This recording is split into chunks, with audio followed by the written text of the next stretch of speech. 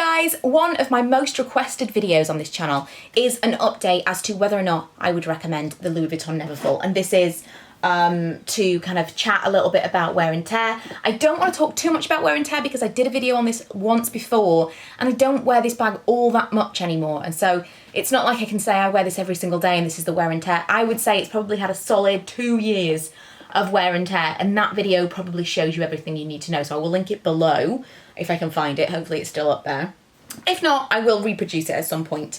But I kind of just wanted to show you it now, let you know how I feel about it, especially given that I hardly wear it anymore, and whether or not I think it's worth it with the new inclusion of the pochette thing that comes with it, etc. So number one, why don't I wear it? The main reason is because I am so much more into the crossbody now. So it's not because of the bag itself, it's just the style. I prefer not to be it's a bit cumbersome. I like it to be more hands-free. I even don't particularly like a shoulder bag, and a crossbody, I always wear a crossbody. I don't love something that can kind of fall off my shoulder, and so that's what this is. Secondly, when I do fill it up, when there are occasions when I could do with a larger bag, like when I'm taking my laptop and stuff like that, this is not so comfortable. I have considered buying kind of like a felt piece or something, something that would kind of clip on here so that when I'm carrying it, it's a little bit more comfortable. Ugh, hair in the way. So if it's light and there's not a lot of stuff in it, very comfortable. If there's a lot of stuff in it, it can be very uncomfortable because the straps are so thin. I have tended to I've got like a big cotton bag. It's like a massive, it's supposed to be like a baby bag, I think. Not for babies to go in, just to be clear. Like a diaper bag, a nappy bag, whatever. So I've been wearing that more often because it's got a really thick cotton strap and it works really well for me. Very, very comfortable to carry when it's heavy. Whereas when this has got a lot of stuff on it, this is not a lot of area to spread that weight over on your shoulder. So especially if you've got no clothes on, but if you've got bare shoulders, not so much. If you're wearing a coat or something, it's kind of okay, but it's all just a bit cumbersome. So that's the main reason that I don't wear it so much anymore. I would still reach for it occasionally, but it's not necessarily that it's not my style, it's just that it doesn't fit my lifestyle right now. I think I probably will go back to it in the future. Another thing that I have added to it not so long ago is this. I will link to this, it's from Amazon. It's currently filled with junk, all kinds of stuff that I didn't know was in here. Like a nail polish, some hand cream. This little coin purse from Kate Spade, a McDonald's toy. All kinds of stuff that's in there. So, and also some allergy eye drops, as you do. So that's something that I've kept in there because it holds the shape of the bag, but it also makes it easier for me to find things in there. One problem that I do have, if you are someone that throws things in a bag, which with a bag like this, it's not so great because you can't find anything. Even when you have I'll show you. You manage to be some stuff in the bottom of it underneath the purse organiser. So even if you have a purse organiser in there, if you are someone who tends to throw things in the bottom of the bag, they end up going underneath the purse organiser, and then you do never find that stuff because it's like you'll look through every single pocket in there and it's still not in there because it's underneath the thing. Kind of frustrating. So just something to bear in mind if you are a throw it in kind of person. Something that people ask me about all the time, I don't know the size of this at all. No recollection. It didn't come with the bag. I, at the time, asked to buy it separately when I purchased the bag, but I am told that's not that easy anymore. I think unless you buy luggage, it depends on the store, but maybe it's not necessarily available to purchase as a second standalone item, which would kind of put me off because I really love that. That's a big part of this. I wouldn't have wanted to heat stamp this. I think it's a small area to heat stamp. Wasn't so worried about the resale because I knew I would keep it. It was a classic piece, but I just kind of really liked that. So that, I know that sounds crazy, but that would have been something. No, I think I probably would have still bought the bag, but I definitely wouldn't have heat stamped the bag. I like the heat stamp on there.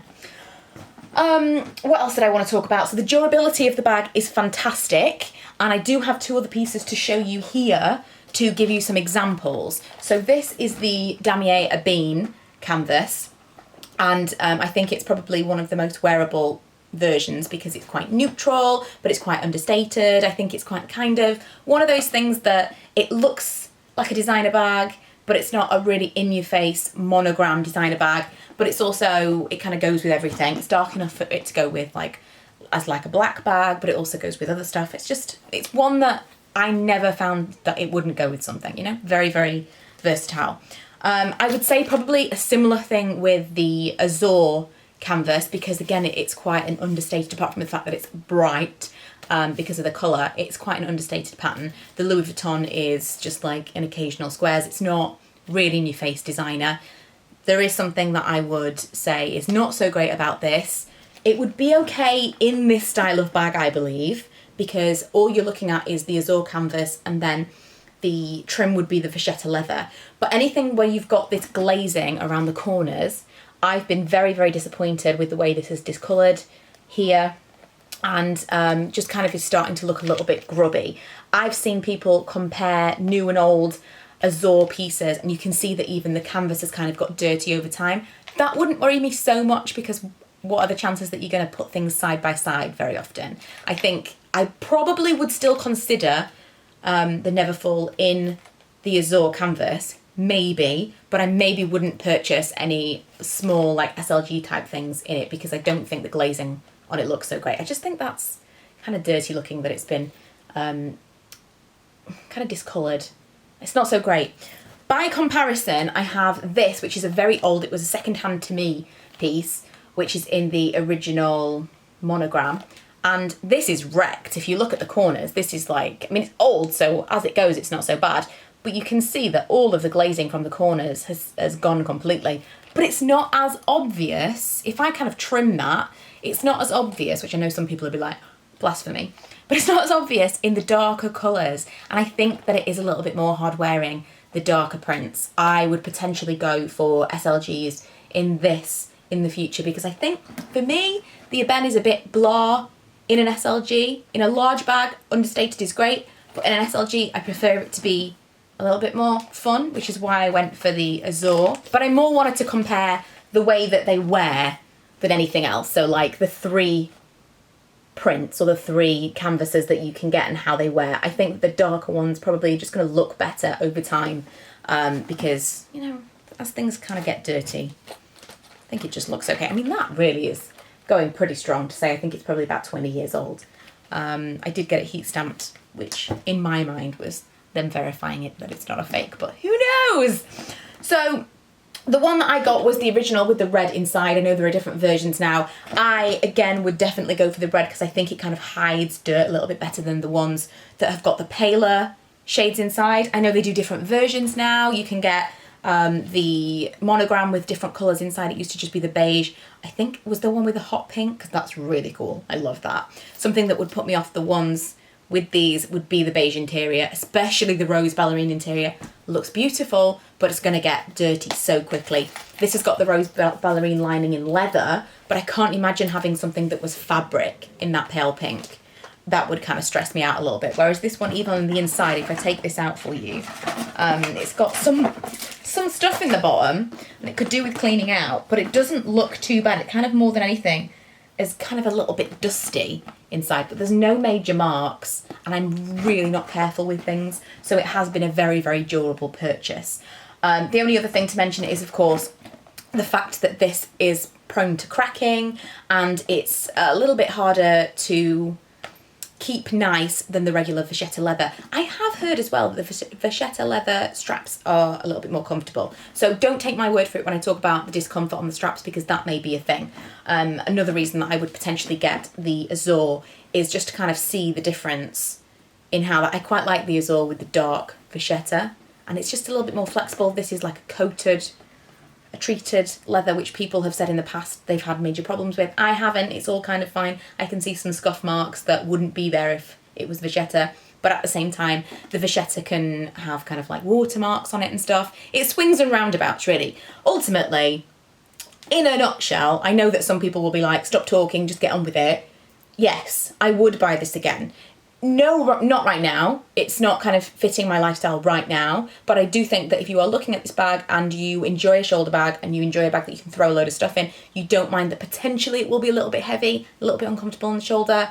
I think it's going to stand the test of time. I don't think you'll regret purchasing it. I think it's a classic style, a very kind of chic looking bag, and I don't regret purchasing it. It is one of my favourite bags, even though I don't wear them that often anymore. I know that there will come a time where I'll go back to it, and I know that in 20 years' time I'll still be wearing it, because it doesn't feel like something that's going to go out of style. At at the moment, top of my wish list, because I am going to treat myself by the end of the year to something else.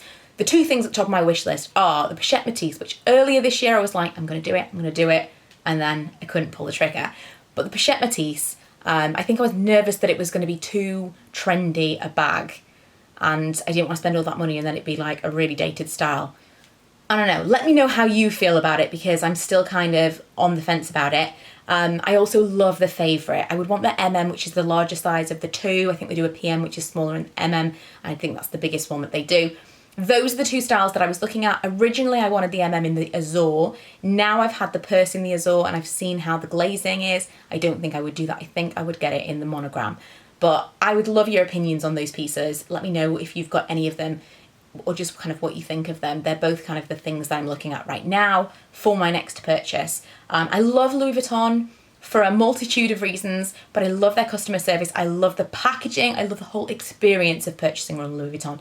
As an example, the purse that I showed you the other day, when we got this, we got it from Net-a-Porter. It came in Net-a-Porter packaging, but it's just not that special. I purchased a YSL handbag a couple of years ago. We went into a concession and it just was like in a dust bag and then in the Selfridges bag that I got it from. I know that that is really of no consequence and it's a very, very small part of having the bag, but a big part of buying anything from a designer company or a designer brand is that shopping experience, is the buying experience, and it's the packaging, and it's the whole like the high of the fact that you're buying something that's very special.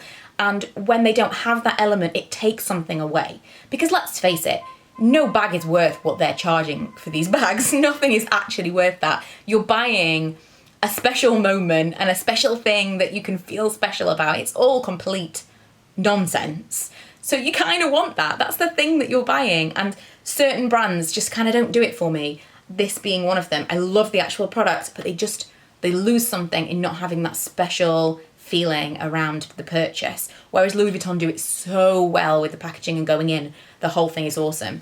That's kind of something that really makes me want to go back to them time and time again. That and the heat stamping, because I love a monogram. But yeah, let me know how you feel about those bags, and whether or not you've got a Neverfull, whether or not you feel like you're kind of in a different phase of, I think crossbodies kind of are king right now, aren't they, for a lot of people. But like I say, I do think that I'll go back to the Neverfull eventually because it is such a classic. But I hope this has been useful for those of you maybe still thinking about buying one of these bags. I still think it's a great investment. Oh, and I didn't touch on, I'm the worst, I didn't touch on whether or not I think the pochette is great. I personally wouldn't use it. You see a lot of people selling them separately. I probably, if you weren't bothered about the pochette, would go second hand, do the pre-loved market for an older Neverfull. I think they last up really well, like they wear really well. I think you're going to be able to find a really great one for a little bit less money if you're prepared to do that. Because I personally am not super keen on the pochette. Other than that, a lot of people do sell them, and so maybe that's an option. I don't know. I think it's kind of sucky of them to have included it as an option that's not an option, you know, just to kind of bump up the price. But I do think that they were trying to make the whole thing a bit more exclusive and less accessible. They wanted less people to have them. That's my theory anyway. But I personally am not keen on it. And I think if I was going to purchase one now, maybe I would go pre-loved for that reason. But I have also seen people try to recoup by selling the pochette separately. So yeah, that's my 2 cents about that. Thank you for watching, and I will see you guys next time.